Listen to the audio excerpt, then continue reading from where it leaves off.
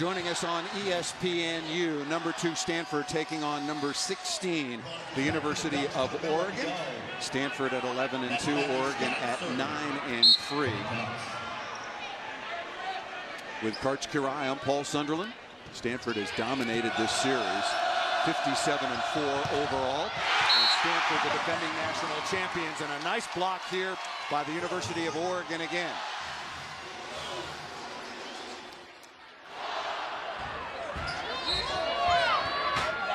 Maggie Scott now back to serve, 5'10" senior out of Wildwood, Missouri, playing her 107th match, Coach, for the University of Oregon. Plummer through the middle, nice dig in the backcourt. Oregon played some very good defense right now.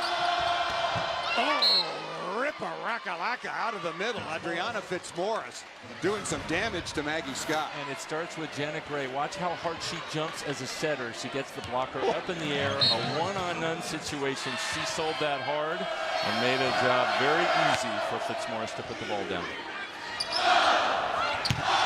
Van de Weyde through a seam in the block and down. Oregon, do they have the weapons, the size and athleticism to go toe-to-toe with Stanford? I think they do, but they need the passing, because they need precise passing because they run such a wide-open offense. And that's why you see Stanford feeling pressure to serve tough. They've already missed 3 serves out of Oregon's 9 points, trying to get them out of system. Alade against a couple of blockers that time for Oregon. Too high for number 6 off the top of the block. Tammy Alade, 6'2" junior out of Alberta, Canada. Born in Nigeria, wants to be a physician when she finishes her college and maybe international play. Here is Gray. So far, so good off the top side of the block. And what I mean by that is some in-system swings and plays for Oregon, killed by Taylor August. You mentioned the Nigerian heritage with Alade. It's so impressive. People like Agana Namadi, Faluka Akinradaro, Inky Ajanaku, they're so driven, both for education and their athletic careers, and they're all had lots of high-performing student athletes come to Stanford, many of whom go on to play for the USA team. First service error that time by the University of Oregon. Here is Plummer in last year's National Freshman of the Year. That's the kind of pass that Oregon wants, and they're going to get a one-on-one. They had a double quick there with Gill hitting in front, and then Ronica Stone has switched just for tonight to play opposite. And so when you have 2 quicks, you're almost always going to get a one-on-one situation. Question for you, Karch, after this point. Oregon a little bit late to what should have been a free ball, but August making do. Unfortunately, Jolie Rasmussen, outstanding outside hitter, suffered a concussion against UCLA last week. She's been practicing. She was not cleared. So that's why Oregon had to go to this lineup. But what about for Stanford? How is it all of a sudden Oregon lines up and it's a completely different rotation and lineup that you prepared for? Well, it depends on a team's ability to adapt, and that's something that Kevin Hambley is still working on. He talked about one of the big challenges of taking over this program is just learning his people and how flexible can they be, because nobody has seen this lineup from Oregon this season. Some teams will get really thrown off by that. Others will just relish the challenge of adjusting on the fly. First look at number 4 in green, Willow Johnson, 6'2" sophomore out of Paradise Valley, Arizona. Taylor August comes from Happy Valley, Oregon. So coming from some beautiful places on this team. Back outside to August again. Nice soft block and touch by Stanford. And Moretta Lutz ripping inside of Gill. Yeah, she is tough over there. Coach Hambley talked about one of the things they want to do is get her the ball more in transition. She is not the fleetest of foot, so she has to work really hard to come down off the block, get off the net, and then get available as a hitter. Lutz hitting .342 so far on the year. Really good numbers and an outstanding blocker. And that time ball set too close to the net, forcing an unforced error against the University of Oregon. So a 4-0 run for the Stanford Cardinal to take the 13-12 lead. Way too close to the net for a 6'8" blocker who's reaching about 3 feet over. Don't put it in her hand. I know there aren't many phone booths anymore, but that was one of them. Absolutely. You've got Lutz and you've got Fitzmaurice. As you mentioned, you were talking about the height of the USA men versus the Stanford block. looking eye to eye, going toe to toe. Here's August after the 4th service error for Stanford. And that's going to be a double contact called against the setter, Jenna Gray. And Coach Hambly not too pleased because there's been a couple of questionable contacts on Oregon. I tend at this point to just call it loose, let them play, let the volleyball determine the outcome, not the referees. Nice play out of the middle. Catherine Plummer, as you mentioned, so solid all around with a perfect pass. And part of that is her beach background. She's a very good beach player, and when you play that, only 2 players on the court, you have to learn all the skills. So it made it easier for her last season after they fell down 2-0. I think it was against Arizona, to switch midstream and put her at the outside.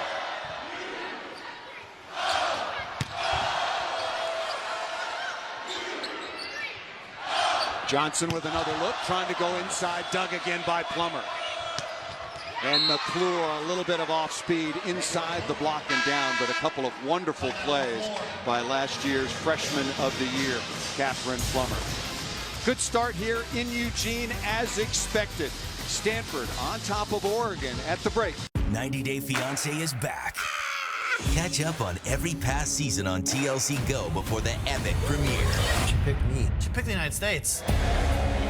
It was beautiful and wonderful and magical. He said to me, "You're gonna be my wife." It was love at first sight. He's hot. Where's my ring? I can't deal with this. It's done. It's over. 90 Day Fiancé premieres October 8th at 9 on TLC. Stream live and catch up on TLC Go. Download the free app.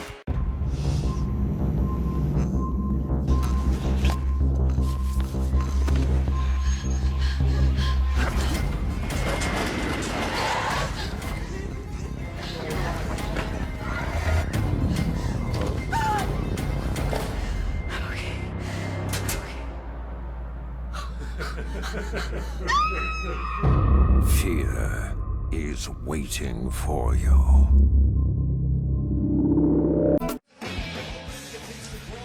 Very tight, well played opening set. Stanford on top of Oregon 15-14 in front of what might be a record-setting crowd. Back with USA head coach Coach Kirai and Paul Sunderland. Level, very, very good. What do you see from each team early? I'm really impressed with Oregon's ability to adjust and play with this lineup. They switched a middle to the opposite, an opposite to the outside, adjusting very well so far. Stanford trying a little too hard maybe to serve them out of system. 4 service aces has definitely helped Oregon's cause. Over a quarter of their points freebies. My head was spinning with all of those changes. Yeah. Outside to middle, middle to right side, but so far, so good. Yeah.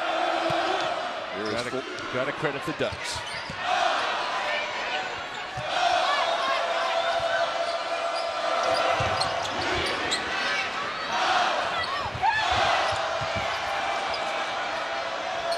Both teams scrambling at the defensive end, but then again crushed by 6'6" Catherine Plummer. Yeah, the player with the different colored jersey, Honar for Oregon in yellow, and then Hintz in white for Stanford. Both made really good reads on that last play. One to get the setter dunk and the other to get the tip. Another service error. That is the 5th for Stanford against just 1 for Oregon. Both teams really clicking offensively. The passing has been superb. Stanford 13 of 19. Oregon 8 of 15. Stanford's hit 632. But also a good pass from Stanford. Controlling the Oregon serving.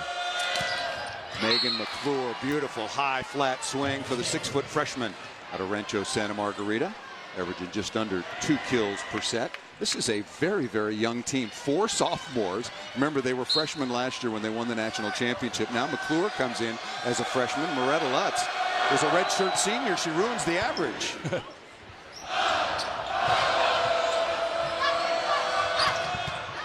Fitzmaurice wide open in the middle. A couple of times Adriana Fitzmaurice, number 12, has been left alone. What is Oregon missing there in terms of their blocking assignments? They have the wrong blocker jumping too hard on the setter, who is front row, and they know. We even heard Coach Matt talk about it.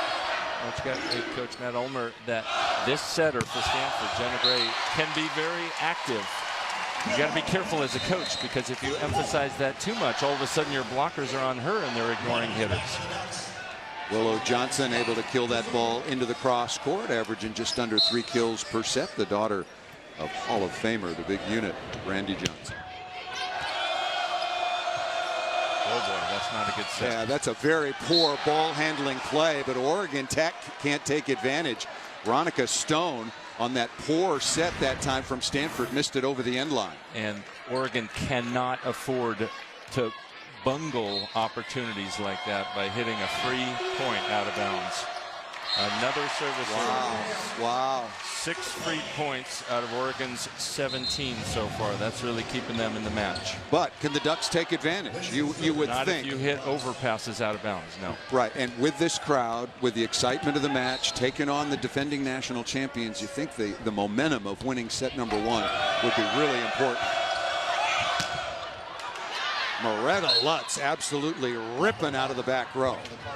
You don't see a lot of high efficiency swings out of the back row from most college hitters, not even at the international level. But we've seen 2 great swings, one from Catherine Plummer and then from Lutz there to get Stanford out of trouble.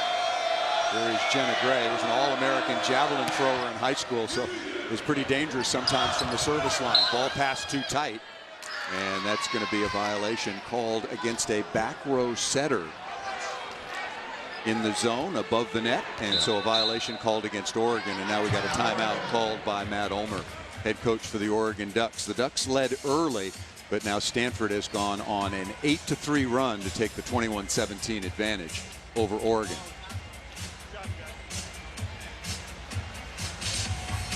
Last year the story was Inky Ajanaku surrounded by all of these young freshmen and almost an impossible player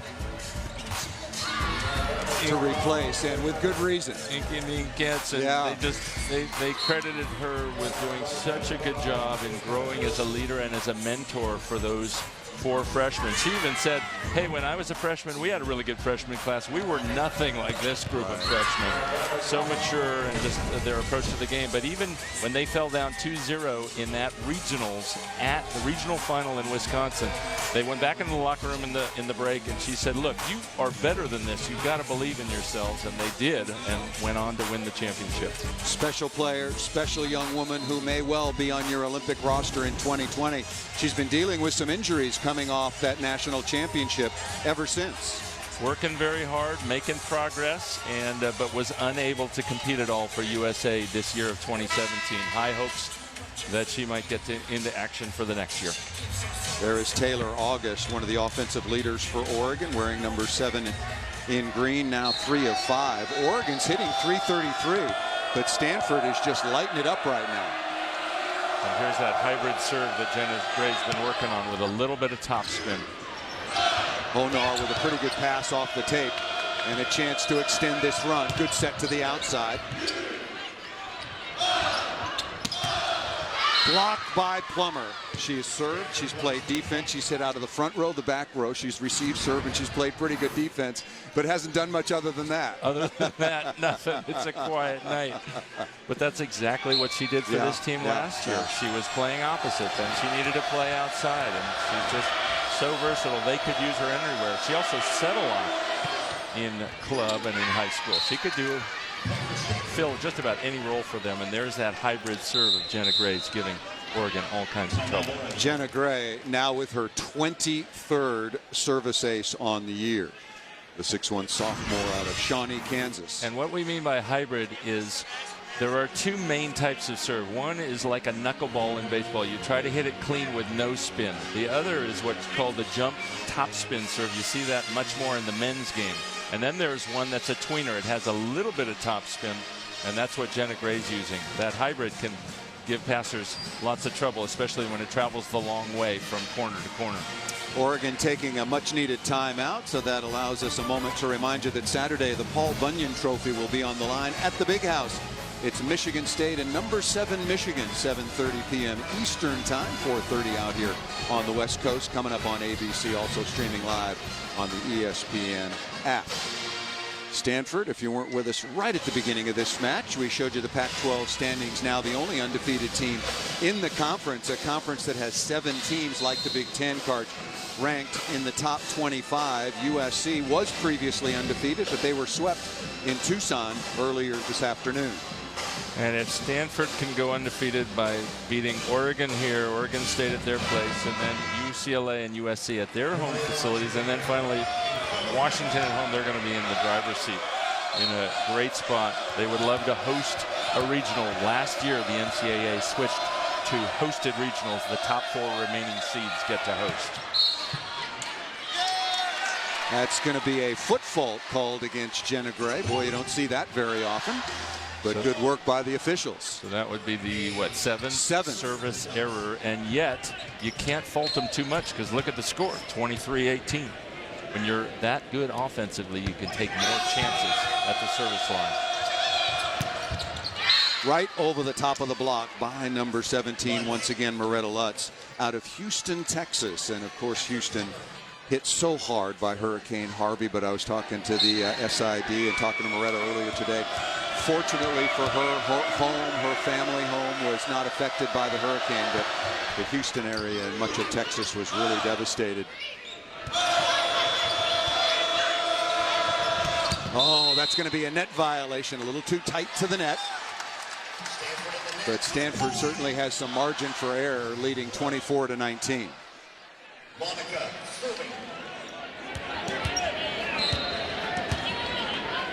So far, the offense for Oregon has not been the problem. Cooled off a little bit lately. Set point down the line. Dug nicely by Hono.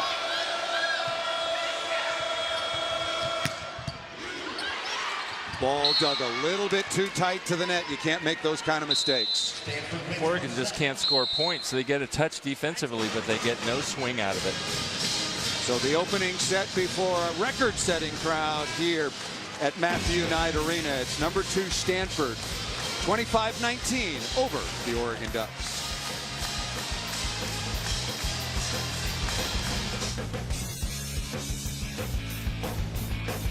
Touching hands, reaching out,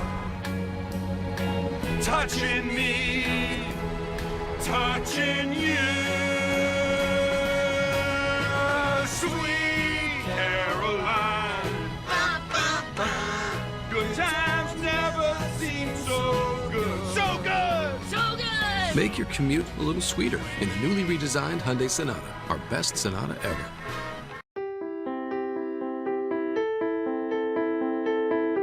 Art has always been really important to my sister Melissa. I never thought I'd be going to college, but now it's happening. Now, with the help of the Promise, my sister and I are going to UC's. It'll be one of the proudest days when I watch her walk across the graduation stage.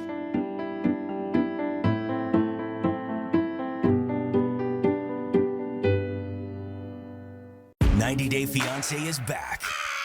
Catch up on every over the University of Oregon in the opening set, 25-19. Kevin Hambly in his first year as the new head coach for the Stanford Cardinal after 8 very successful years at the University of Illinois. And one of the things that he talked about was the change in expectations.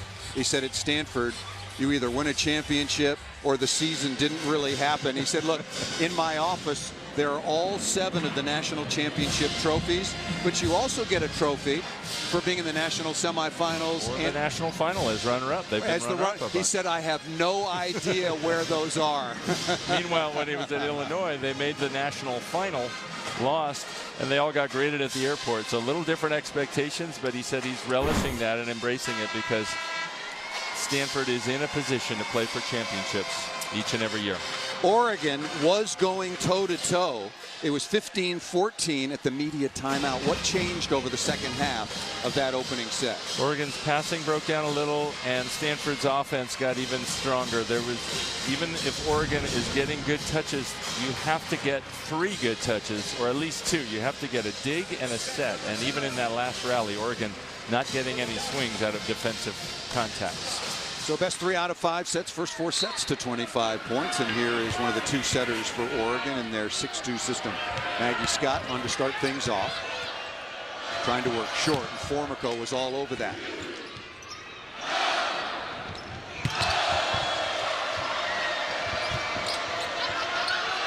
Oregon didn't get a great swing in transition, but Stanford unable to come up with it. You're right. Oregon got a great block touch, but then if I were Oregon, I would not want my setter taking that touch off the block. She's got to run up to the net and run her offense. Let the defenders get that first touch. Oregon changing their service strategy just a little bit. Good move by Vanderwater on the slide. There's a chance for a swing. Oh, I'm not sure I like that choice. Got to go front row. And for the second time, number 17, Veronica Stone, misses an overpass out of bounds. Why didn't you like that choice to Taylor August out of the back row? They're just not really effective out of the back row.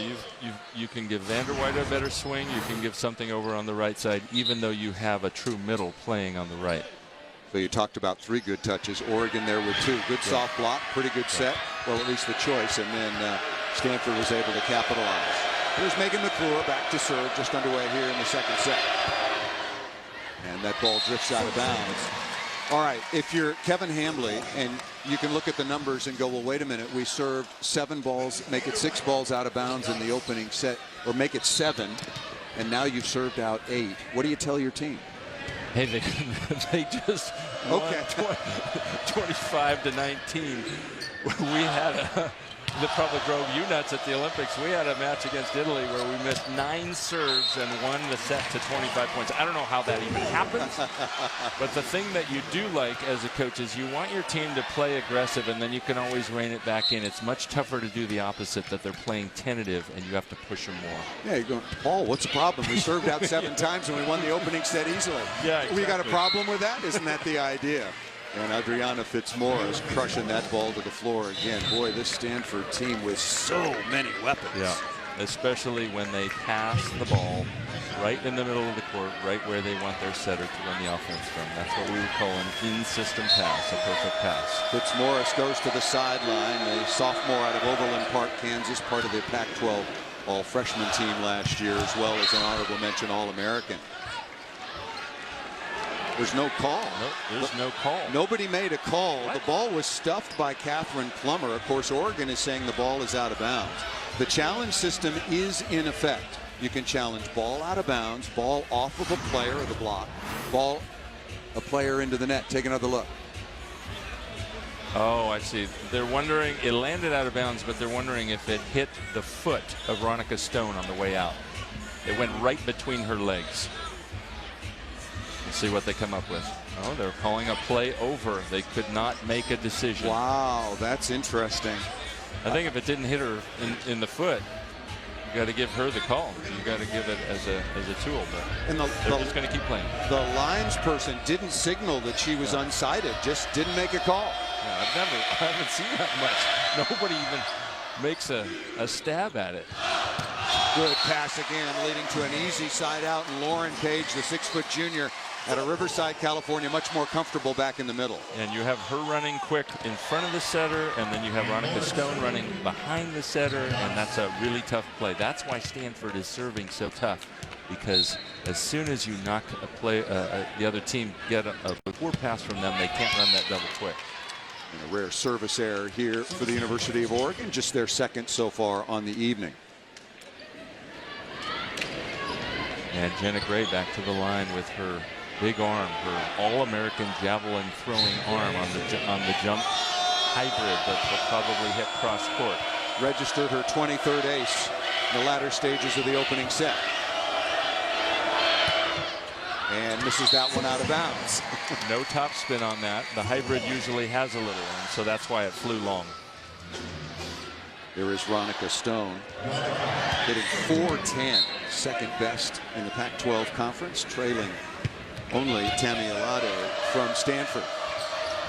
Combination play and a heavy arm once again by Plummer. Hey, Veronica Stone hit a really good serve. That was flat, it was hard, it had no spin, it went right at Catherine Plummer, and she just dimed it, as we would say. Made a perfect pass and then got a great set to cross court. Another missed serve. This is getting to be a little bit too much, Karch. It's starting to get a little more like some of the men's international matches where they miss 30% of their serves. Well, but also, you know, you've got such a good blocking team, and you're playing some pretty good defense. You take that right out of their hands. Yeah. McClure is stuffed on the outside by #1 Gill. I think if it starts costing them on the scoreboard, they're going to back off a little. But until they fall down by 3 or 4 points later in this second set. Oregon led early in the first before Stanford went on an 8-3 run to take control.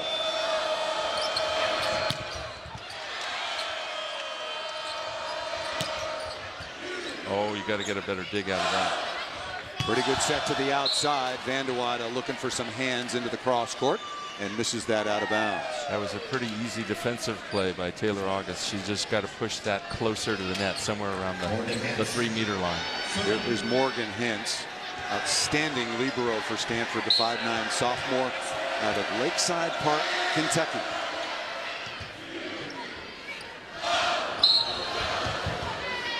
Double contact is called against the Oregon Ducks setter. And Coach Ulmer of Oregon was talking about how Hintz will often face one way on her serve and then go another, and that's just what she did. She was facing cross court and hit it down the line at August. There again.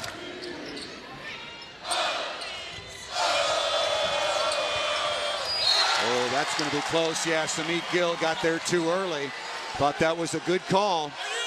Some part of the ball has to be above the net or on your side, and Sumit Gill just a little bit over anxious. Exactly. The ball has to break the plane of the net. You have to have a fraction to hit it, and it looked like there was no section of ball across the plane of the net for her to touch. That's a good call. Willard Johnson coming right back, ripping off the right side.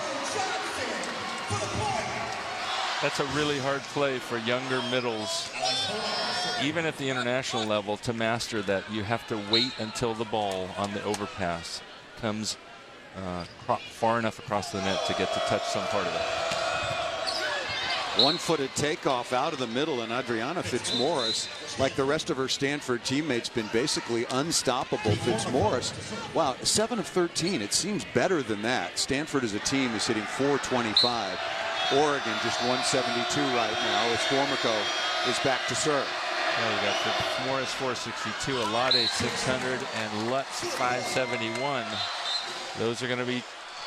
That might make for a quick night against for Oregon if they can't start figuring out a way to slow them down. And the first way is serve tougher and get it so that they can't set their middles. And now we're in double-digit service errors for Stanford, still early in the second set. Another good pass. And that ball missed out of bounds. Fitzmaurice is going to get a touch called. Yep. Touch called by the lineswoman. And Matt Ulmer looks out on the floor to Lauren Page and said, "Did you get it?" She said, "Yep, I got a piece." Yeah. So there will be no challenge. And even if there were, it's really tough if you don't have a very expensive system to catch some of those micro touches.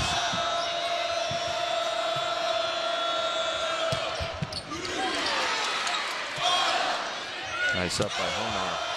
And Van de Weyde doing a really good job taking a crack from about 11 feet off the net. And that's what Oregon was not able to do much in the first set, is get a dig and a set. Starts with the Honar dig, and now they get some kind of a swing. That wasn't happening late in the first set.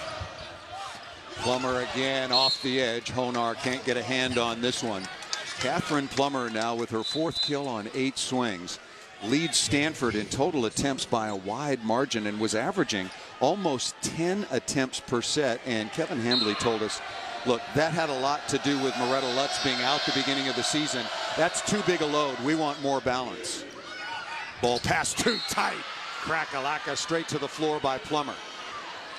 And it's a long season. Their expectation is they want to be playing for a championship, so you have to share the load more. You can't have one player carrying such a big load that she's exhausted come the NCAA tournament. Caitlin Keefe on to play some defense and serve for Stanford, kept alive by Oregon. Now they'll get it. No, didn't really get a swing on that one either. McClure just keeping that ball in play. Another non-swing. That's what they need.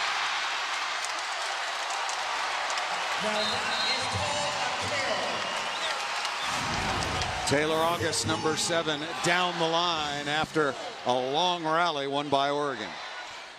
And what hurt Oregon in that rally is they got a poor connection on the slide, another poor connection in the middle, and you just have to take good swing after good swing to wear down a team as strong as Stanford. Is Oregon getting good enough first contact, let's say at the defensive end? Their problem comes after that, doesn't it? Oh, nice block by Gill. I think in the first set they weren't getting good first contacts. This set they've missed some just with their second contact, with the setter contact. Nice response by Gill, and Oregon now leading Stanford 12-11. And that ball serves just out of bounds, drifts a little bit long. Kara Hanawani out of Honolulu on to play some defense and serve. She'll head back to the sideline. Boy, it gets awfully quiet in here when Stanford serves, and it's awfully loud when they're trying to handle the ball. And now you see Jenna Gray switching sides. Now she goes to the other sideline to try her hybrid serve. Good pass by Honar, and a predictable result. That by ripped by Gill inside of Alade. We were watching Sumit Gill, and for a middle hitter, she's only hitting .220 on the year. That's not good enough, but we were watching her, and she's got a very lively arm.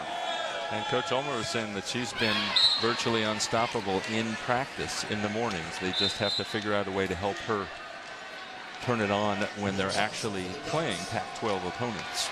Back-to-back service errors for the Ducks. Oregon again at 9-3, currently ranked number 16. Stanford 11-2. Both of their losses coming to Penn State. Tough serve. What a beautiful set outside to August. And you got to give her a lot of credit. She's one of the ones who probably made the most difficult transition tonight. She's been an opposite, and now she has to stand in the passing formation. You can see Oregon is pinching her, not giving her a lot of space, but she's doing a nice job for Oregon adjusting, playing out of position from the rest of this season. From one August to another, more on that in just a moment. That was August Rasky, the 6-foot junior out of Colorado Springs, with that beautiful delivery to Taylor August, who wears number 7 for Oregon. And August still standing in the passing formation, so then Hentz is going to serve her, but a good pass that time by August. Jenna Gray all over the off-speed. Oregon's block is starting to heat it up. Sumit Gill with her third stuff block of the set as we've come to the media timeout. We'll step aside here in Eugene. You think Matt Ulmer's a little fired up? Yeah, he is. So are the Ducks as they try to upset Stanford.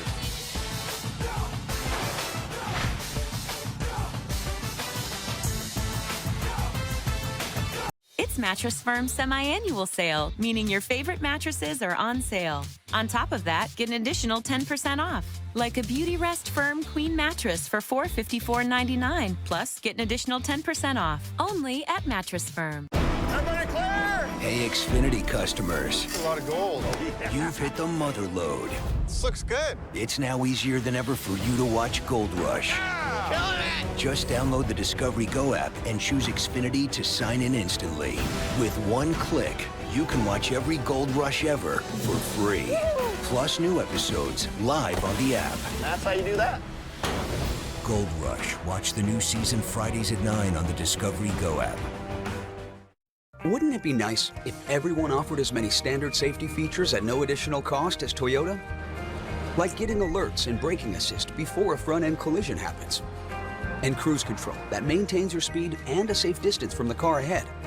High beams that go on and off automatically for increased safety. And notification if you drift out of your lane.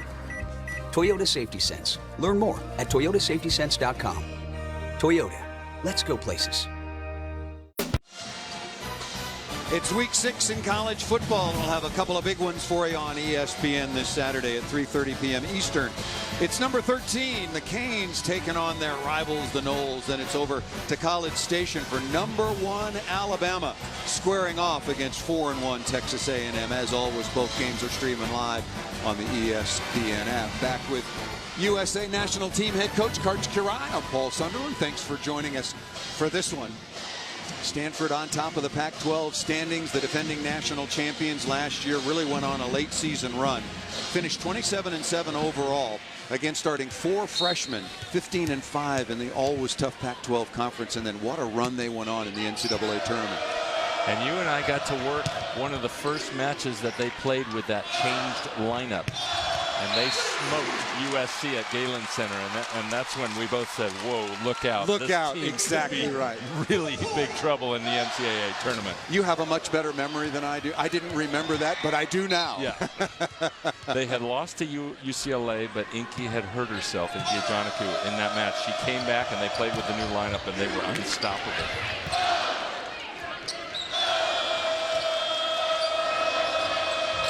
Oregon getting transition opportunities again. Brilliant dig by Honar. They don't get a swing and then complicate matters by passing that ball directed for Stanford, but over the sideline. Oh, that's so frustrating as a player and a coach. You cannot get a kill when you're on the ground and you just got to create a little bit of trouble. It looked like she was trying to make something out of nothing, and it usually goes bad when that happens. Good pass, though. Great response. Quick to the outside. Van de Weyde, a beautiful dig by Hintz. Can they get the swing? There's a set. Willow Johnson, number 4 in green, into the cross court. Big swing by Johnson. Only hit 225 last year, Karch. Much stronger this year, now up to 332. That's a huge jump. And this is what we would call an out-of-system set, a slower set, not from a setter. But when they run with their speed, she is devastating behind. They go very fast to that left-handed opposite. Fitzmaurice, nice wrist away off the edge of the block of Van de Weyde for the score for Stanford. Stanford ranked number 2, obviously going to be in the conversation all year long. And you mentioned, or we talked about, how important it is now to host the regionals, because you can be the home team all the way through the tournament. More on that in just a moment. And the other thing is, how do you lose to Penn State twice and get ranked ahead of them? You don't. I don't understand. No, you don't. You don't. Currently, Florida is the number 1 team in the nation, but Stanford was the only team to go on the road and win a regional last year. Yeah. Nebraska won at home, Minnesota won at home, Texas won at home, and in an absolute thriller, Stanford broke the hearts of all the Badgers 3-2 in Madison, then beat Minnesota in the semifinals, and then beat Texas for their 7th national championship. Yeah, they took the tough route.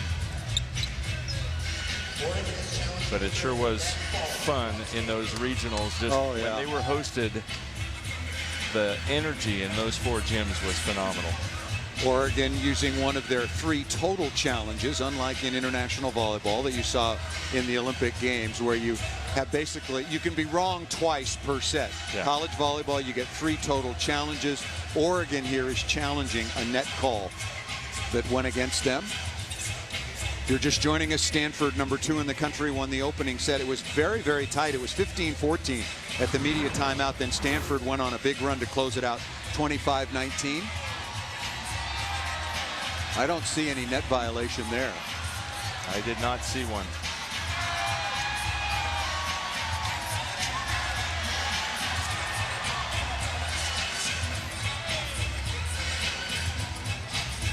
Well, and the second referee is right there, and I didn't see him single a net violation at all. So they're still trying to sort this out. And normally, after a net, the net itself will be going up and down, having some movement. Let's see one more time. Yeah, so you don't see the net hopping at all, anything like that. Got to be careful when you only have 3, as you brought up. That's right. You've got to be relatively certain.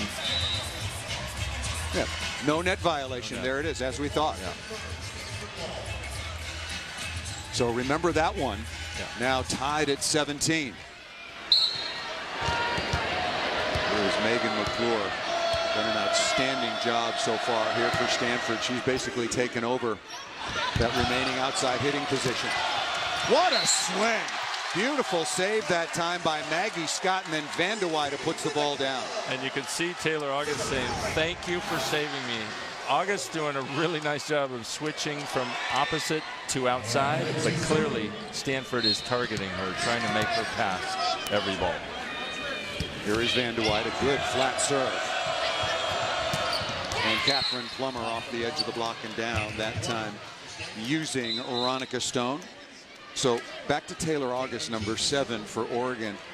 All of the matches leading up to this year, she would not be in any sense a primary receiver. And you can see Oregon's pinching her a little, giving her less space, but Stanford's still going to try and get the ball to her. They don't on that one. Oh. Ace serve. That ball drops off the table late. So now Stanford has 11 service errors against 2 service aces. This one dropped right on the end line by Caitlin Keefe, 5'11" sophomore out of Pacific Palisades. Comes from one of the most famous Stanford athletic families ever. The daughter of Kristen Klein, former Olympian, 4-time All-American in the Athletic Hall of Fame at the university at Stanford University, and Adam Keefe, fabulous basketball player as well for the Cardinal. She and her twin sister both play for Stanford. And her twin sister Michaela has played plenty this season, although in the end Megan McClure has won the starting job at this point of the season. Yeah, Megan McClure has looked really solid so far, only 3 of 12, but she is filling her role nicely, doing some good things in serve receive, as Jenna Gray, already with an ace, will go back to serve. Yeah, when you have that many offensive weapons, you don't have to rely on her as much for offense as you do for just ball control, and she provides it.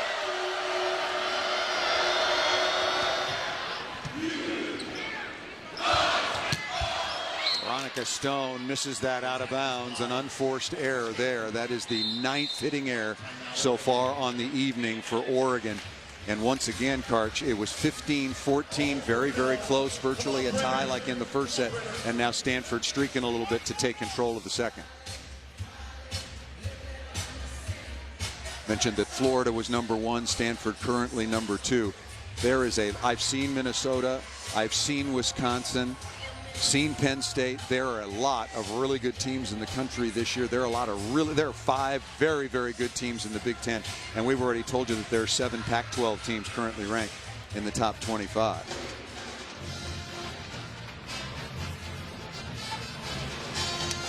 Yeah, in that top 8, certainly the Big Ten is loading up with Penn State, Nebraska, Minnesota, Wisconsin. There's some news and notes around NCAA volleyball. The Gophers, speaking of Minnesota, your former mentor and boss, Hugh McCutcheon, done a fabulous job with Minnesota, hoping to get back to the national semis for the 3rd straight year. What a match they had in 5 sets at Wisconsin. New all-time winningest coach, first woman female coach in Division I volleyball history. Congratulations to Mary Wise. What a job she has done. Maybe it is Florida's year with her 887th win. Florida currently ranked number 1 in the Big Ten and the Pac-12 with 14 out of the top 25 teams in the current national rankings. Penn State at number 3, Nebraska 4, Wisconsin 6, Minnesota 7, Michigan State, although they just lost to Penn State at 14. And what a week Michigan State had a while ago, when they went to Wisconsin and won, and they went to Minnesota and swept the Gophers. 3-0. Big surprise. The Gophers have been so tough at home the last few years. Lindsay Van de Weyde having a nice little chat with P.E. Ayu, the first referee. There is Matt Ulmer. Was an assistant last year, and then following the resignation of Jim Moore, who spent 12 seasons at the University of Oregon, he was thrust into then the interim head coaching job, and now he is the head coach. Service winner there for Stanford.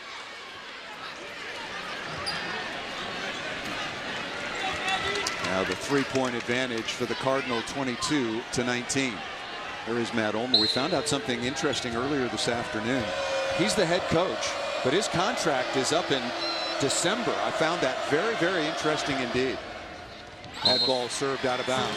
Seems like more of an interim assignment still, a continuing interim. But switching back to the score, just as we saw in the first set, very close at the media break, and then Stanford pulling away with their experience and the fact that they have so many 5 returning starters out at 7.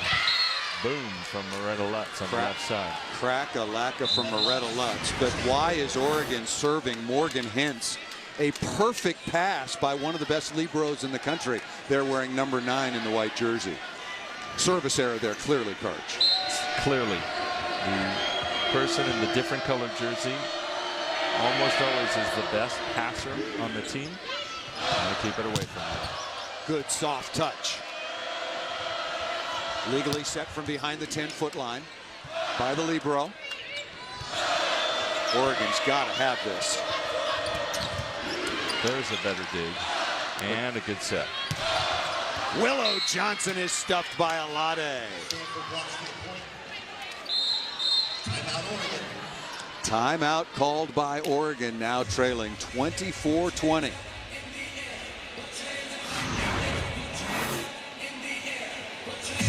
Oregon finally gets a set. We would call that an out-of-system set. It's higher. The block has more time, more advantage to set up in the proper spot.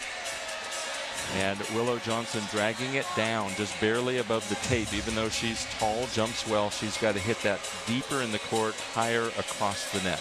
Stanford blistering at 387, led by Adriana Fitzmaurice, 9 of 16, hitting a cool 500.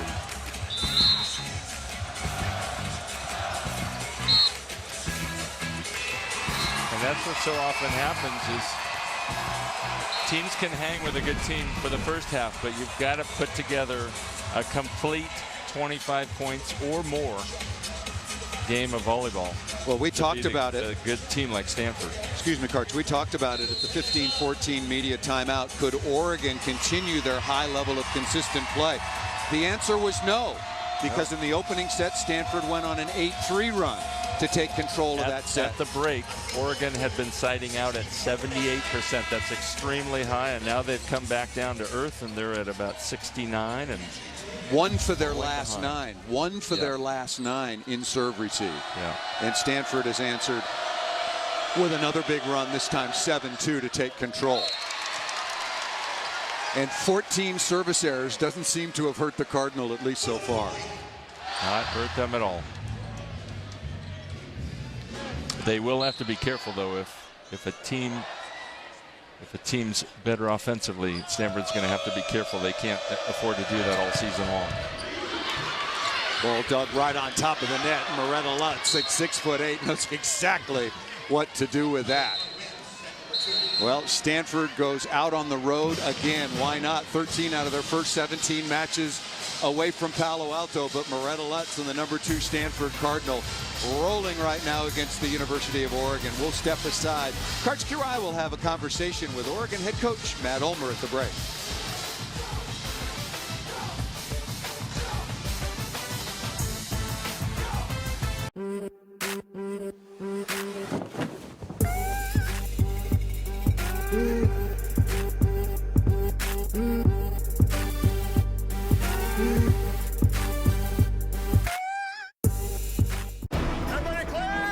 Xfinity customers. A lot of gold.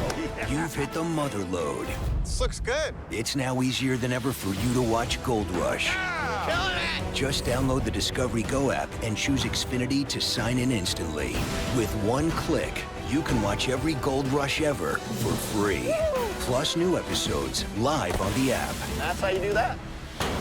Gold Rush. Watch the new season Fridays at 9 on the Discovery Go app. Wouldn't it be nice if everyone offered as many standard safety features at no additional cost as Toyota? Like getting alerts and braking assist before a front-end collision happens. And cruise control that maintains your speed and a safe distance from the car ahead. High beams that go on and off automatically for increased safety. And notification if you drift out of your lane. Toyota Safety Sense. Learn more at toyotasafetysense.com. Toyota. Let's go places. Hey, Dad. Are you done? Yep. I already filled the detergent tank, so we should be good for a month or two. Great. Just gonna wash my costume. I thought you were going as a koala. Sexy koala. A smart washer that auto-dispenses detergent for any size load. Koalas aren't sexy. Another way we make good things for life. Shop the Columbus Day sales event at Friedman's Appliance and save up to 30% on select GE appliances now through October 18th. Hurry into Friedman's Appliance today. Welcome back to Eugene. You're watching the Pac-12 on ESPN. Number 2 Stanford on top of Oregon at the break. 2-0. More college football coming your way this Saturday. The Paul Bunyan Trophy will be on the line. Where else but at the Big House? It's Michigan State taking on number 7 Michigan, 7:30 p.m. Eastern, 4:30 out here on the West Coast on ABC. Also streaming live on the ESPN app. We've got 2 first-year head coaches in the Pac-12 Conference. Kevin Hambly has 8 years of experience as a head coach at the University of Illinois. Matt Ulmer, 3 years an assistant here at Oregon, but now he is the new head coach, and he sat down with my partner, Karch Kirai, earlier today. Speaking as an assistant who took over a head coaching job, kind of think you're ready, and then you actually take it on. What's that like? I think every day it's something new. I felt as prepared as I think I could feel getting this opportunity at this point in my life and career. And then just you get in the thick of it, and every day is a new challenge. I think this conference is set up to make you doubt yourself. Just because every night you're playing great opponents, you're playing great coaches that know how to scheme, that know what to do. You know, they're just really good. So I think it's been a great challenge for me. I think a lot of soul searching here in the last few weeks. And I'm just, most importantly for me, it's just being there for my team and just trying to give the best experience I can give for them. And so far I feel like we're doing that. So overall I would say it's going well. Huge learning opportunity. What's the biggest thing that you've had to learn or that you might not have been prepared for? I think it's just being the one who makes all the calls. You know, so you can imagine as an assistant, you know, how you would handle a situation, or, oh man, I could do it better, or whatever, and then you get in it and you're actually dealing with people and personalities and emotions, and you're having to be the one that has those conversations. So I think that's probably it. I don't know how I could have prepared myself any different, except for being a head coach and being in that situation. So I'm happy to go through it. And for me, I feel like as long as I'm doing what's in the best interest of my players and my team, then I can never go wrong. So I've found that my biggest mistakes are always when I make assumptions instead of just making none and trying to figure out the answer from scratch. How about you? The first thing, the very first day we reported, everybody said, I said to everybody, give me one thing that you're looking to improve upon this year. You know, one thing. And my thing, or one goal, and I told my team, my goal is to never prove myself right. So I'd say that's pretty much right on the same lines as what you're saying, is that, yeah, I mean, this might be what I think is going to happen, and then, so always have a backup plan, always just be prepared for not being prepared, and then just how do we deal with it. So you're always going to have adversity, and so we've had some recently with injuries or different things like that, so how do we handle that? And just trying to do my best to a lot of life learning lessons for us, and just trying to be the best mentor that I can be. Sure. Thanks. Thank you. Good luck. Appreciate it.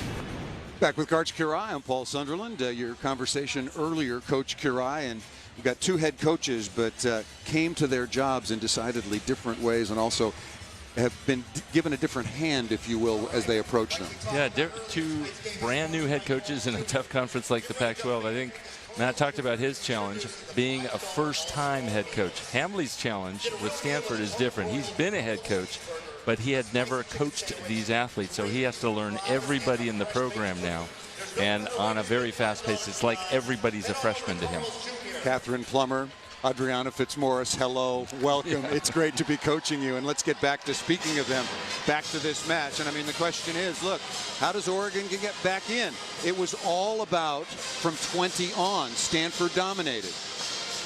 And that's where, if you want to play with the big girls, you've got to be able to continue and manage, maintain your intensity and your game right through the last, what we call the red zone of that match from 2020 on.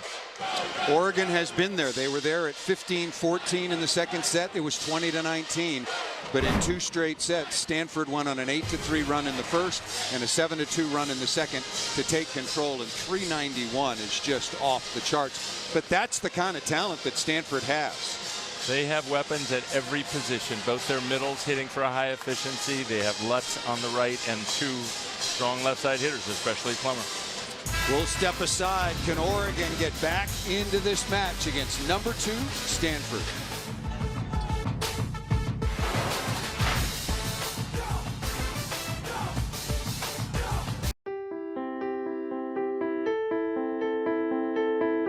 Art has always been really important to my sister Melissa. I never thought I'd be going to college, but now it's happening. Now, with the help of the promise, my sister and I are going to UC's. It'll be one of the proudest days when I watch her walk across the graduation stage.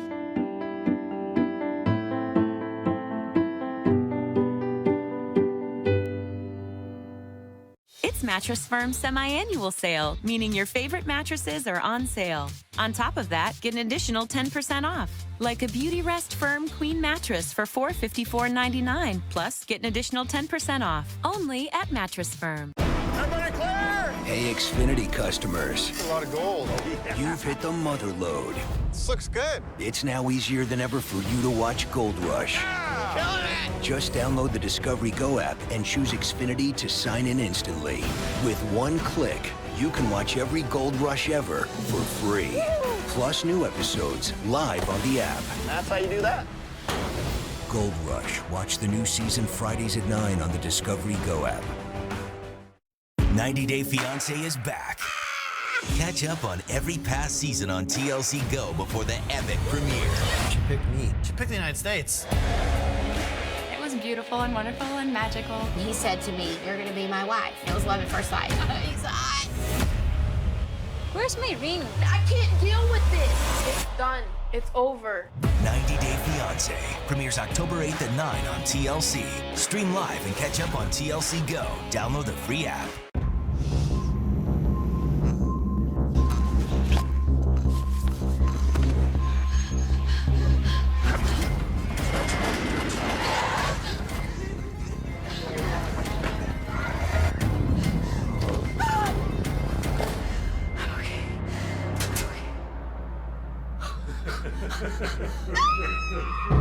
Fear is waiting for you.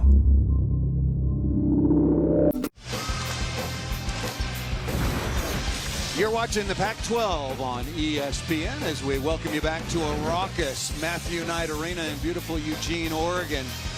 And Stanford has been clicking Karch-Kiraly on top. 2 sets to none, 25-19, 25-21. Lots of pretty good balance and lots of weapons, but Catherine Plummer once again doing so much for the Cardinals. And the good news for the Cardinal is they don't have to set her as high a percentage of their offense. They're distributing the load. They have good offensive weapons at every space along the net, so she can contribute in other ways with her passing, her defense, and her blocking. Mentioned that Catherine Plummer, at least through this stage of the season, was averaging 10 attempts per set. And Kevin Hambley said, wait a minute, that's way too much. But now when you look at it, Fitzmaurice has 16 attempts, McClure with 12, yep. Moretta Lutz with 13. That's really good balance and hard to defend. Really nice distribution, and as Coach Hambley said, the other benefit to distributing it more is you just develop these other hitters, because there are going to be times when, as the season goes on, an opponent might concentrate so much on somebody like Plummer, they have to have other weapons to go to, and that have built the trust in themselves and the team in the process. So Stanford in their road black uniforms on this northwest swing. They will take on Oregon State subsequent to this matchup. And Stanford will serve first. It will be McClure, the 6-foot freshman out of Rancho Santa Margarita, back at the line. Stanford at 11-2, 4-0 in conference. The only team left with a unblemished mark. If you're just joining us, USC lost in Tucson earlier this evening to Dave Rubio's Arizona Wildcats.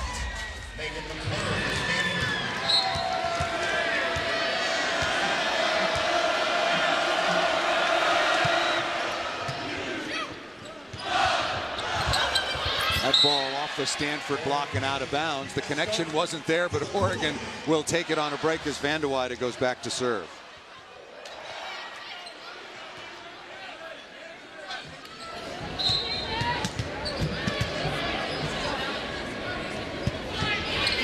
Van de Weyde in the opening 2 sets was 5 of 12, and Fitzmaurice again. Just should Oregon be putting more hands, more bodies in front of Fitzmaurice? I'm not sure they're setting up in the right place. I couldn't see for the end line, but it looked like they were giving her too much line. But then I've also seen her hit some sharp cross court. It's really difficult to defend a good slide hitter who hits with lots of range. What you have to do is just look, okay, is that ball, see, that went outside the blocker and into the middle of the court. So clearly the block was not set up wide enough on that particular play. Good view of that. There's middle blocker Page, misses that ball out of bounds. Let's give you the service story. Stanford has served the ball out of bounds 15 times. That was the 5th there for the University of Oregon. You were looking at the side out numbers through the first couple of sets. Stanford basically unstoppable, 78-73% side out. Oregon dropped way down, and that included all of those service errors into those numbers. Nice tap down away from the block by Ronica Stone. I mentioned that Jolie Rasmussen, who suffered a concussion against UCLA last week, unable to play tonight. She could not pass the protocol. And also Brooke Van Sickle, who was the starting libero early in the year, is out with microfracture surgery. So as Maud Elmer told you at the break, Ducks are having to deal with some issues. Biggest issue right now is Stanford. That ball is blocked on the perimeter by Alade and Plummer. Both physically and figuratively big at the net blockers, and just playing a big game with all the experience that freshman class of 2016 accumulated last year in a championship run. And Fitzmaurice and Plummer, and what a good volleyball player Moretta Lutz has become. Now in her 5th year at Stanford as a redshirt senior. Yeah, when you have a 6'8" player, more sets in volleyball go to the left side than anywhere else. And when you have a blocker of her stature at 6'8", strong hands, they can shut down almost any good left side hitter that opponents have to throw at them. Another dig where Oregon does not get a swing in transition. Moretta Lutz with a second opportunity. We talked about it. Oregon has dug more balls than Stanford, but they're not doing enough with them. Why? And you can't give Stanford a second chance. You got to get a good swing. It starts with digging the ball high and off the net so that somebody can get up there, get under the ball, and get a good second contact. Well, Taylor August has done a magnificent job passing the ball. That led to an easy kill by Van de Weyde on the outside. Her 6th kill on 13 swings. Yeah, but remember, she has not played this passing position all season long. Oregon's playing a different lineup than they'd hoped to. First time they've played with this. Oh, crack-a-lacka by Moretta Lutz. 3rd team All-American last year, was 2nd team in 2014 and 2015.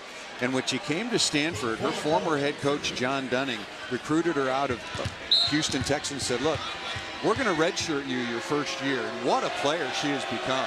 He didn't feel she was physically prepared for the demands of college volleyball. There's some nice speed behind from Oregon, but didn't feel Lutz was ready. And as her career progressed, they still didn't feel like she was prepared physically to jump off 1 foot. So you see her mostly attacking off 2 feet. Willow Johnson now with her 4th kill on 9 swings off the right side. Here's Maggie Scott. And that ball drifts out of bounds. There's a door. It was a beautiful day here today in Eugene. Not a breath of wind, if you will, and no rain. No rain. 75 degrees. I just thought that the door must be open. I mean, combined now we got 21 service errors. Another very serviceable pass. Van de Weyde into the block, and Oregon can't make the play. We mentioned that Florida under Mary Wise, and once again congratulations to Coach Wise on her record-setting win total. Penn State obviously in the mix, Minnesota, Wisconsin, Nebraska. Nebraska has been really good so far this year. They're coming off a sweep of Michigan State. Morgan Hens sprawling. And Catherine Plummer hot. Look at the quality of transition. Exactly. A dig that puts setter Jenna Gray in a perfect position. A misconnection. Way to play forward. And Stanford gets a great swing out of it. That's been one of the big differences in this match is the transition swings of Stanford versus those of Oregon. Another ace here for the Stanford Cardinal. This by McClure working on Taylor August. And an early timeout called by Oregon. Trailing 2-0 and down 9-6 here in the third.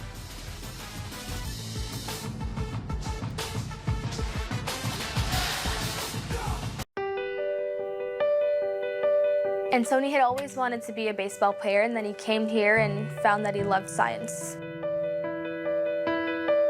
I always thought baseball was going to be my life. I have learned so many things. I want to be a research chemist. At the end of the day, we feel like we've really accomplished something.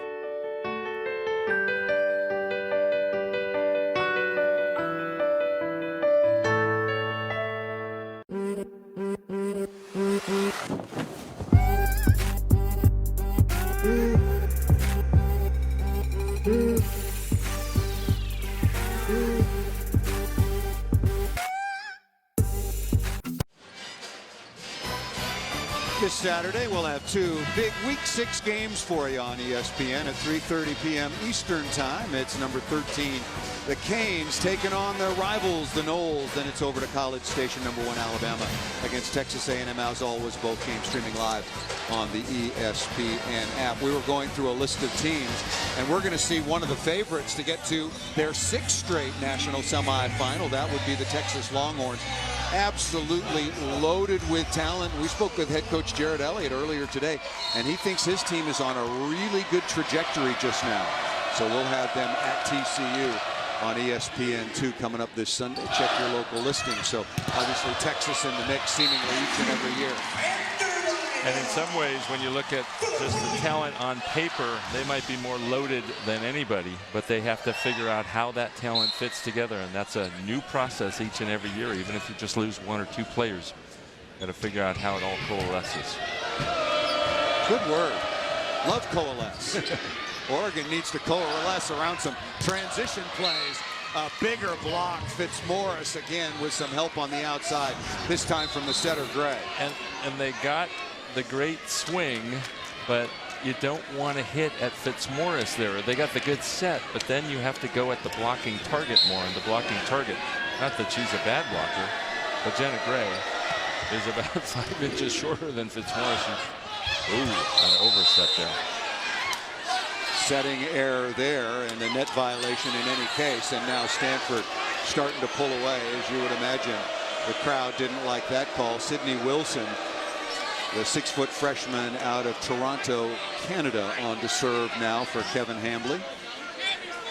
It was interesting, Coach Hambly telling us about the process in which he became the head coach for the Stanford Cardinal. After John Dunning announced his retirement, he was contacted by Stanford. And what was supposed to be a 20-minute conversation turned into about an hour and a half. I'll finish the thought in just a moment. Oh, nice block. Anyway, Coach Hambly, the conversation turned into about an hour and a half, and when that conversation ended with the athletic department at Stanford, look, we're going to do a comprehensive search. We're going to take our time. 1 week later, he was the head coach. And he said Illinois, where he had been, worked hard. He was humbled by the fact that they would love to have kept him, but Stanford is one of the premier coaching jobs in all of college volleyball. 7 times a national champion. 8 times they have been runner-up for the national title. 20 national semifinals. That is quite the resume for the program that Kevin Hambly has now taken over. And certainly the cupboard was absolutely overflowing. And congratulations to John Dunning again for a magnificent career. Here are the most recent NCAA champions starting in 2012, Karch. Yep, Penn State tacking on a couple of more with their record 7th. Nebraska having a Final Four in Omaha, the NCAA semis and finals, and then of course Stanford tying it back up with last year's win. So each school, Penn State and Stanford, they're the only two schools to have made every single NCAA tournament, and they both have a record, a tie for the record, 7 NCAA titles. And look at this resume. What a career. 32 years at Pacific, where he won 2 national championships, 3 at Stanford, 4 times a National Coach of the Year. John, I hope you're watching. Congratulations on an absolutely magnificent, magnificent career. It's not often you get to choose the perfect time to wind it down, and boy did he. Well, you'd have to think, if you're looking out there at 4 freshmen starting, you think, wait a minute, we're going to, maybe with this group, we're going to win a national championship, but not last year, maybe this year, maybe next year. But they were on a mission particularly late. They found a lineup, and Inky Ajanaku just played lights out down the stretch. Oregon in trouble here of letting this match slip away, and Taylor August has been really, really solid for the Ducks now with 7 kills, playing in a different role. Give her a lot of credit. She's over 300, a very efficient opposite for them through much of this season, but playing out of position for today when they found out that they didn't have Jolie Rasmussen. She wasn't able to get medical clearance to play this evening. Ball a little tight, saved by Gray. One of the rare transition mistakes for Stanford, but I'll tell you, blocking covers up a lot of warts. And part of the problem in transition there is you have a one-footed Ronica Stone hitting off 2 feet in that transition. That's not her strength. And look at the job that Stanford has done on one of the conference's best attackers. Ronica Stone is 4 of 14 with 5 errors, hitting negative. Remember, she too is playing out of position now in the opposite, but she does get to hit her slide approach a lot. Same thing she would do as a middle. Good swing up into the block for Lutz. Restart the point. Ball set a little bit too tight and tipped out of bounds. A rare ball control mistake for Stanford. And back to Stone. Stone came in as the 2nd most efficient attacker in the conference at 410. And there she is, number 17, hitting negative. She'll head to the sideline, giving way to number 16, August Raske, one of 2 setters deployed for Matt Ulmer's Ducks.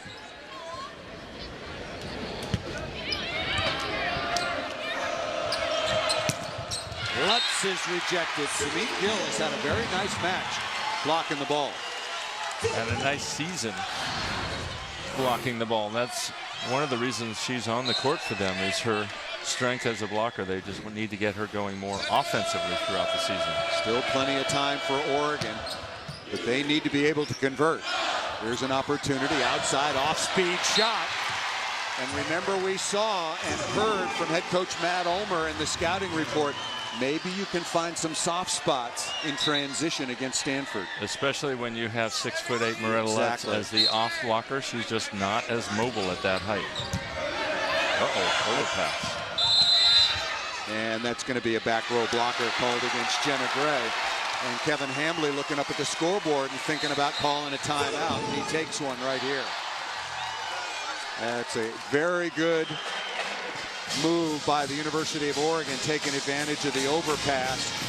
And as the clock was ticking down, Karch, it looked like Stanford was going to pull away in this contest, but Oregon, much like in the first couple of sets, has found themselves in contact at about 15, but now they have to keep their level high. And the question is, why haven't they been able to do it? What do they need to correct? They haven't been able to maintain it in the first 2 to extend this match, and that's what you would want to do as any coach is, look, okay, we've lost the first 2. If we can just get 1, we can instill some confidence and trust in ourselves. And what they have to do is continue to get that good first touch and second touch in transition so that they can get better swings and not hit into the best blocker when you have a much better blocking target right next to her. Make good plays, make good choices, and make them all in a row. That sounds like a pretty good formula for the Ducks to get back into this match. Oregon is a very, very good volleyball team. They beat Nebraska earlier in the year. Granted, Kelly Hunter did not play, the starting setter for Nebraska, but anytime you can get Nebraska, that's a really good win. And they also played the University of Texas. Very, very tough early on. This is a very, very good volleyball team. They know what they're doing. They're not going to get Brooke Van Sickle back. She's out for the rest of the year, but they're going to get Jolie Rasmussen back. And maybe they learned something about some options with some lineups when they were forced to go to this this unique formation because of the injuries tonight against Stanford.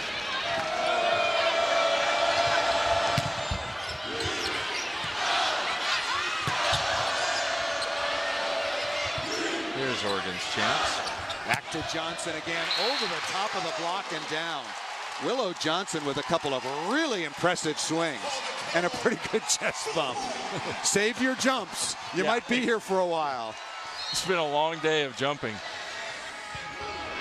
And ball served out of bounds.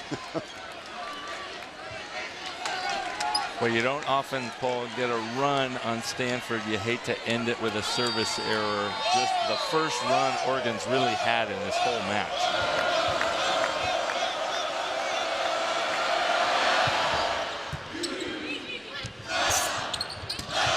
Ball hit out of bounds, so back-to-back errors, this time by Johnson once again. And then once again for Johnson personally, but for the Ducks. And that's the kind of play that's going to cost Oregon and prevent them from hanging with Stanford right to the 25th point or beyond. Plummer is a really good server.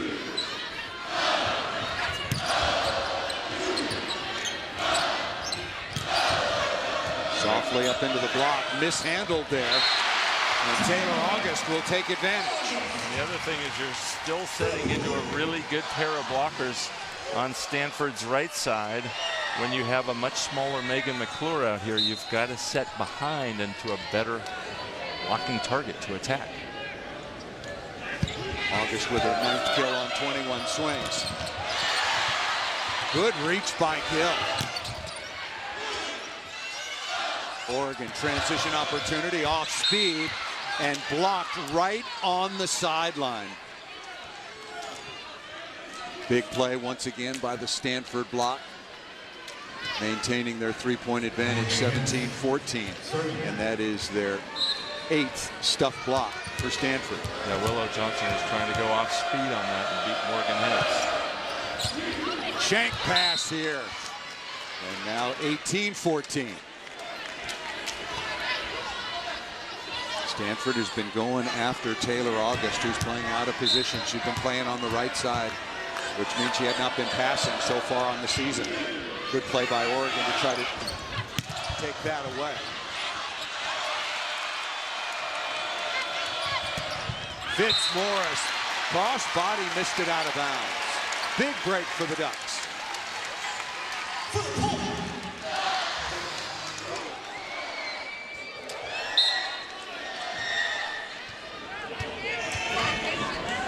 Alex Honar, the 5'9" senior out of Illinois, the libero on to serve. Really good couple of contacts, and Lauren Page able to pay it off in the middle. Back-to-back scores for the Ducks to get back within 2. If you can get your middles involved in transition, you put a lot more pressure on the opposing block.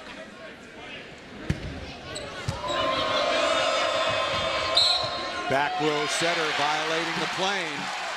Remember, Kevin Hambly has already used one of his 2 allowable timeouts, so having to wait a little while here. First time Stanford has struggled in serve receive. And they continue to struggle. Free ball coming for Oregon. Willow Johnson again. And Kevin Hambly-Karch can wait no longer. He calls his second and last timeout as Oregon has tied this 3rd set at 18 apiece, and the crowd is right back in it.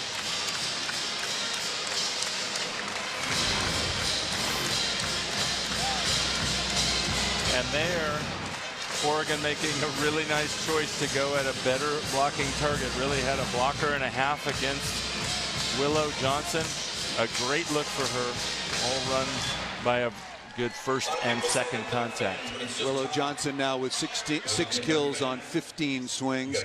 Taylor August leading the way with 9. On the other side, Plummer and Fitzmaurice both with 10 kills apiece, followed by Moretta Lutz. But Stanford has been much more efficient. 318 on the match cards, but only 095 here in the third. So what has Oregon improved upon, especially of late at the defensive end? Well, for one thing, Oregon served a little tougher. We saw a near ace just now. And Stanford's made some uncharacteristic errors. They're passing over the net several times.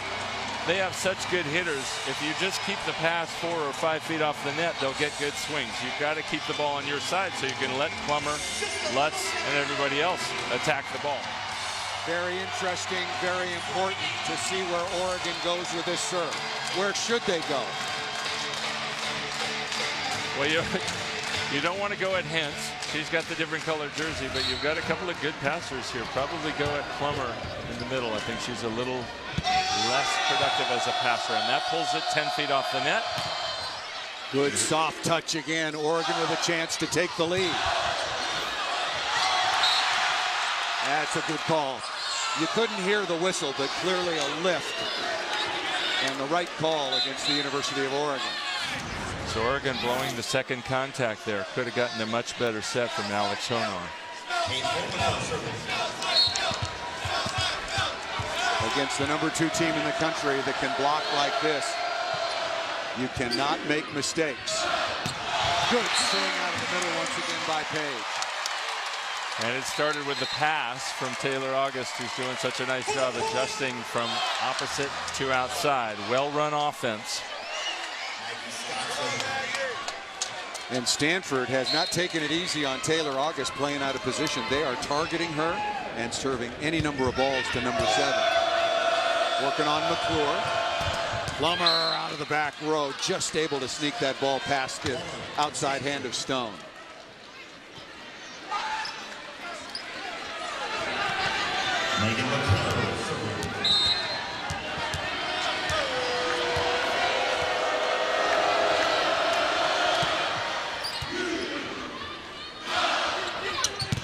Vandewyde, who's been a little bit quiet of late, thumping through a much-needed kill for the Ducks. That's the right setting choice to go at Jenna Gray instead of on the other side to a much taller, much better blocker, Catherine Plummer. Fitzmaurice out of the middle, Plummer out on the left side, and a critical service error. Stanford has missed 15. Now Vandewyde and Oregon have missed 8.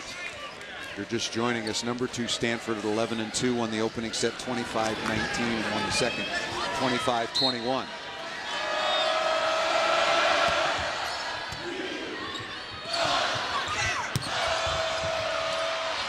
A good set to the outside. Plummer able to snap right over the top. And another ball dug way too tight to the net. This missed by Formico. You pointed it out, though, Paul. What a great set by Tammy Halade for Stanford. That's a skill that middles need to have, and she got her team a good swing in the middle of that rally.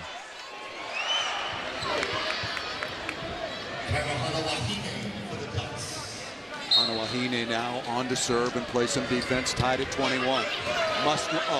Very poor serving choice.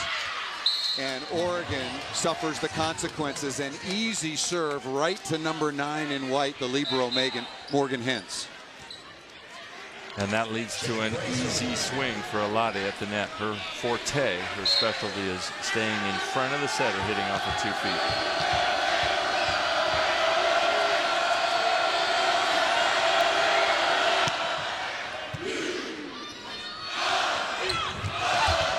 August able to push the ball off the side of the block. Really smart play by the 6'2 senior.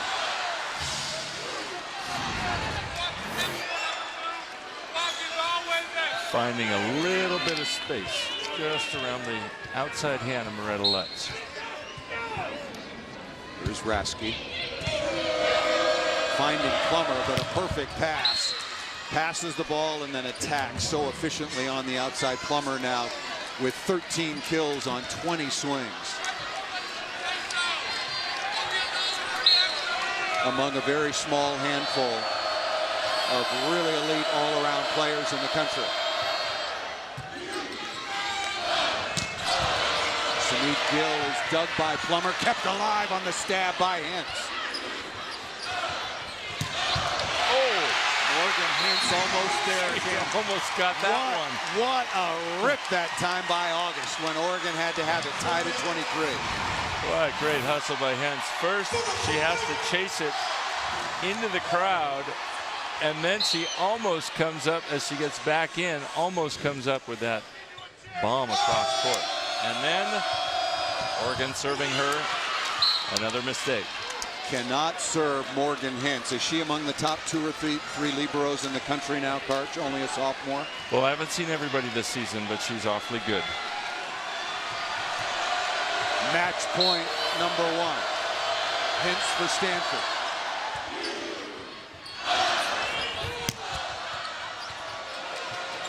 Plummer's going to get a crack at it out of the back row.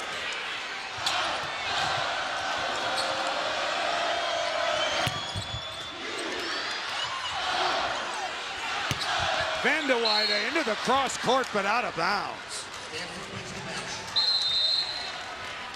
Boy, Oregon just clawing and scratching, Karch, to get back into this 3rd set, already trailing 2 sets to none. Looking at elimination, if you will, and made some plays down at the end, but then just missed that out of bounds by Van de Weyde. But Stanford was very, very impressive.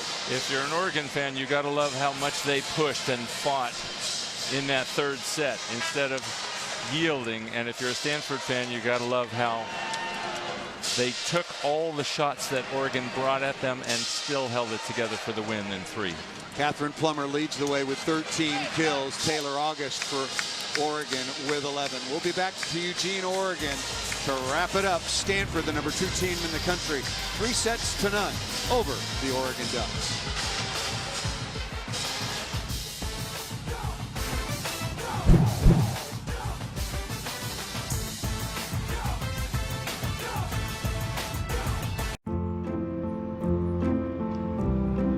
I look at my son working at Pogo Park, creating the beauty and finding the beauty in ourselves. I was 12 years old when I first played at Pogo Park.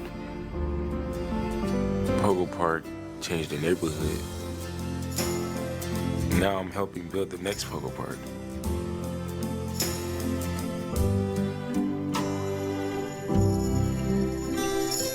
It's Mattress Firm's semi-annual sale, meaning your favorite mattresses are on sale. On top of that, get an additional 10% off, like a Beauty Rest Firm Queen mattress for $454.99. Plus, get an additional 10% off, only at Mattress Firm. Why am I sitting here at this ridiculously long table in the middle of nowhere? To invite all my friends in the industry to try this. Fast food's first ever ribeye burger. Made with 100% ribeye beef, grilled onions, a red wine glaze, and creamy Havarti cheese. Huh, here comes the competition now. And of course, since they work for my competitors, I've obscured their identities. Except for this guy. He is so screwed. Try my new Havarti and grilled onion and all-American ribeye burgers. 90 Day Fiancé is back. Catch up on every past season on TLC Go before the epic premiere. She picked me. She picked the United States. It was beautiful and wonderful and magical. He said to me, "You're gonna be my wife." It was love at first sight. He's hot. Where's my ring? I can't deal with this. It's done. It's over. 90 Day Fiancé premieres October 8th at 9 on TLC. Stream live and catch up on TLC Go. Download the free app. My name's Thomas McNaughton, executive chef and partner of Nate Timius Restaurant Group, and today we're standing in Central Kitchen. It's really easy for me to recommend Trimark Economy restaurant fixtures. If I need a specific piece of equipment, it's a phone call away. But what I love to do is go there and walk through the aisles and see how many things they have in stock. If I want a saute pan, I really want to feel it. I want to feel the weight and the balance. Working with Trimark Economy is different from working with any other vendor because of the relationships that they want to forge. You're watching the Pac-12 on ESPN as we welcome you back to Matthew Knight Arena. Crowd of just under 6,000, disappointed as they go back into a beautiful night. The Oregon Ducks played very, very well at times. Back with Karch Kirai on Paul Sunderland. But you have to play well every point all night long against a team as good as Stanford, and that was the difference. I mean, Stanford sided out at a very efficient rate and hit 337. Yeah, and they had 3 players hitting over 400, just an unstoppable offense. Oregon certainly had their work cut out for them, playing with a brand new lineup, players switching positions, but Stanford's looking very solid and handled every challenge that Oregon threw at them. Well, we talked about it. Texas, Nebraska, Minnesota, Wisconsin. I mean, in the Pac-12 conference, you've also got UCLA and Washington. Now that you've seen Stanford, who else is in that elite mix at this stage of the season? Well, you have to think that Florida will be up there. Oh, Texas excuse me, of course. Has a good chance. And then the Big Ten is just, they're going to beat each other up all season. And we'll see who's standing at the end, but lots of good teams there. Well, it was Stanford that was standing at the end tonight as they improved to 12-2 with a 3-0 sweep over the University of Oregon. Coming up next is SEC inside Georgia and Tennessee for Karch Kirai and Paul Sunderland and for entire crew. Good night from Eugene.